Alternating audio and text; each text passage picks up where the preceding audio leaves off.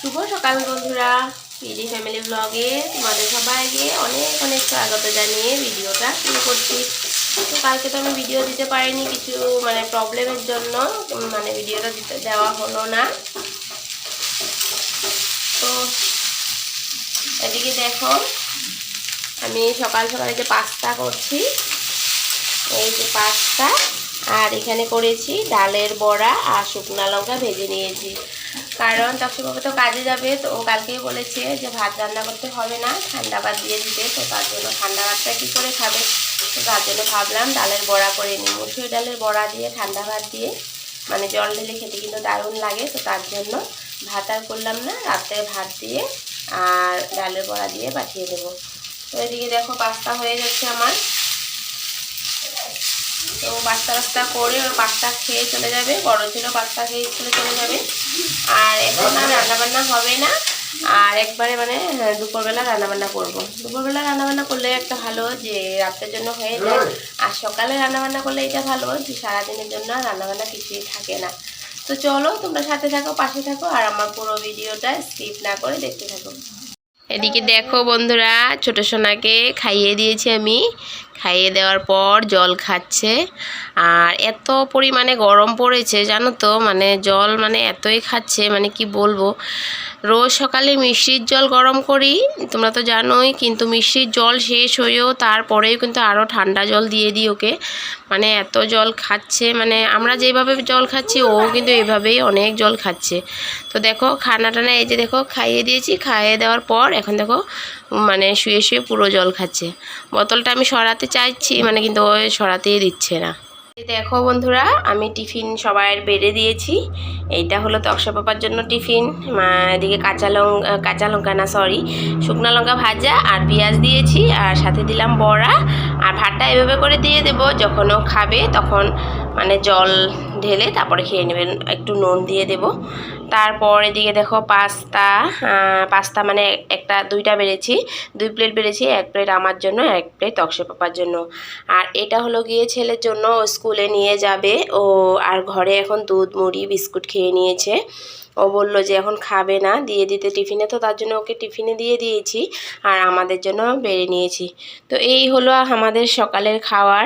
আর ডালের বড়া দিয়ে জল ঢেলে পেঁয়াজ টিয়াজ দিয়ে ভাত খেতে কিন্তু অনেক ভালো লাগে।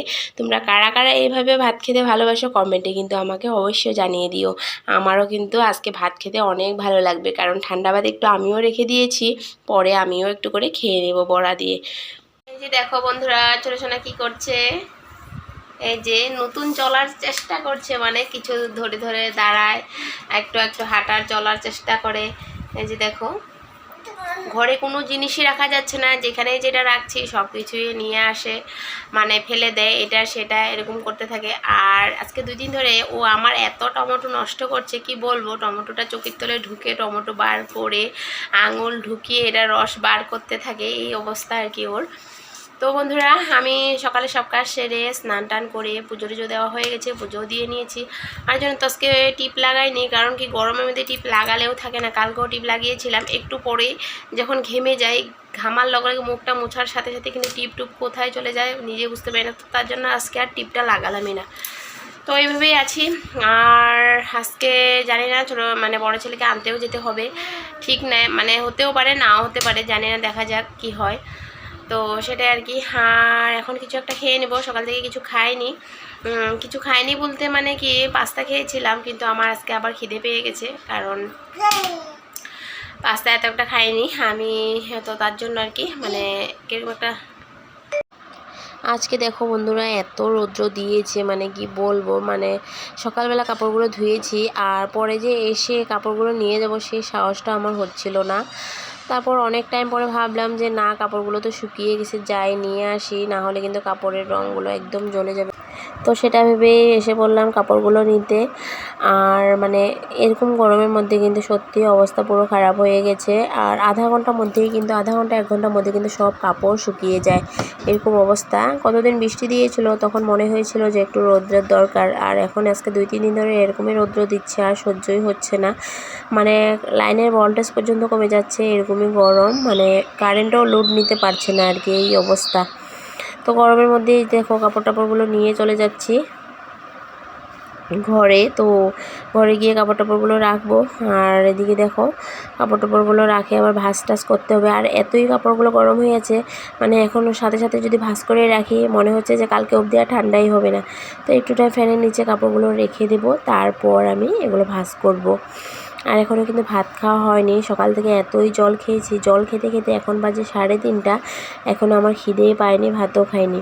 আর এদিকে দেখো বড় ছেলে শুয়ে আছে, আর স্কুল থেকে এসে কিন্তু ভাত টাত খেয়ে স্নান করে ভাত খেয়ে শুয়ে পড়েছে। আর ও কিন্তু আজকে নিজে নিজে স্নান করেছে, কারণ কি ছোটো সোনাকে নিয়ে যে আমি গিয়ে স্নানটা করিয়ে দেবো সেই সময়টুকু পাইনি। আর ছোটো সোনাকে ঘরে একা কীভাবে রেখে যাব, তো তার জন্য ও একাই গিয়ে স্নান করিয়ে এসেছে। তো কখনো কখনো যে ছেলেকে দেখলে নিজেরও অনেক খারাপ লাগে, কারণ ও সময়ের আগেই কিন্তু পরিস্থিতিতে পড়ে আমার ছেলে অনেক বড় হয়ে গেছে, নিজের কাম নিজে করা শিখে গেছে।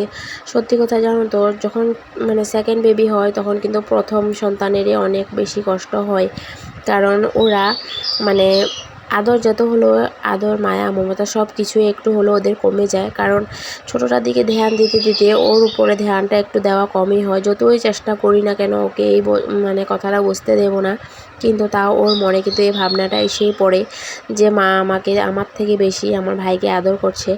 কারণ কখনো কখনো এই কথাটা কিন্তু ও আমাকে বলেই ফেলে আর কি। তো বলে ফেললেও আমি আবার ঘুরায় মানে যা বলার বলি, কিন্তু তাও কখনো অনেক খারাপ লাগে। আর এক বোতল দেখো ফ্রিজের জল নিয়ে এসেছি বাইরেদের ঘর থেকে, কারণ আমার ঘরে তো ফ্রিজ নেই, আর এত গরমের মধ্যে একটু ফ্রিজের জল খেতে ইচ্ছে করে। তো ফ্রিজের জল এক বোতল এনে ভাতগুলো সুন্দর করে ডালের বড়া আর ডাল দিয়ে খেয়ে নিয়েছি। আর আজকে কিন্তু অনেক দিন পর ডালের বড়া করেছি, তো ভাতটা খেয়ে কিন্তু ভালোই লেগেছিল। আর সাথে ছিল ঠান্ডা জল। জানি না আমাদের ঘরে একটা কবে ফ্রিজ আসবে। আর ভালো মতো তো ওর কামই হচ্ছে না, লোকের সাথে কাজ করে কিন্তু এইসব ঘরের যায় জিনিস করাটা অসম্ভব ব্যাপার। আর নিজের কাম অনেক দিন হয়েছে পাই না, নিজের কাম যখন হবে তখন একটা চেষ্টা করব ফ্রিজ কেনার, জানি না কখন হয়, ভগবান যখন দেবে তখনই হবে। তারপর দেখো খাওয়া দাওয়া পর বাসন টাসন কিন্তু ধুয়ে নিয়েছি, ধুয়ে খাওয়ার জায়গাটা মুছেছি। তারপর এদিকে কাপড়গুলো একটু ঠান্ডা হওয়ার পর চলে এসেছি ভাঁজ করতে। তো কাপড়গুলোই এক এক করে ভাঁজ টাজ করে নিচ্ছি। আর এদিকে বড় ছেলে কিন্তু স্কুলে যে হোমওয়ার্কগুলো দিয়েছিল সেগুলোই দেখছি আর আমাকে বলছিল। আর ওর এক্সামও এসে পড়েছে, 18 তারিখ থেকে ওর এক্সাম। আর এখন জানো তো বন্ধুরা, বাচ্চাদের স্কুল কিন্তু 7:30টার সময় করে দিয়েছে এই গরমের জন্য। আমার ছেলের স্কুলও কিন্তু আজকে থেকে 7:30টায় হয়ে গেছে। তো আজকে একটু লেট হয়ে গেছিলো, কিন্তু মানে কি গ্রুপে মেসেজ দিয়েছিল, কিন্তু আমি কিন্তু মেসেজটা দেখিনি, তো তার জন্য আজকে লেট করে যাওয়া হয়েছে। আর একটা ক্লাসও কিন্তু ওর মিস হয়ে গেছে, তো কিছু না, তাও কিন্তু ক্লাসে ঢুকতে দিয়েছে যেহেতু ও জানে না, তো তার জন্য। আর আমি কিন্তু মেসেজটা কালকে দেখিনি। তো 18 তারিখ থেকে পরীক্ষা, তো তার জন্য একটু টেনশন।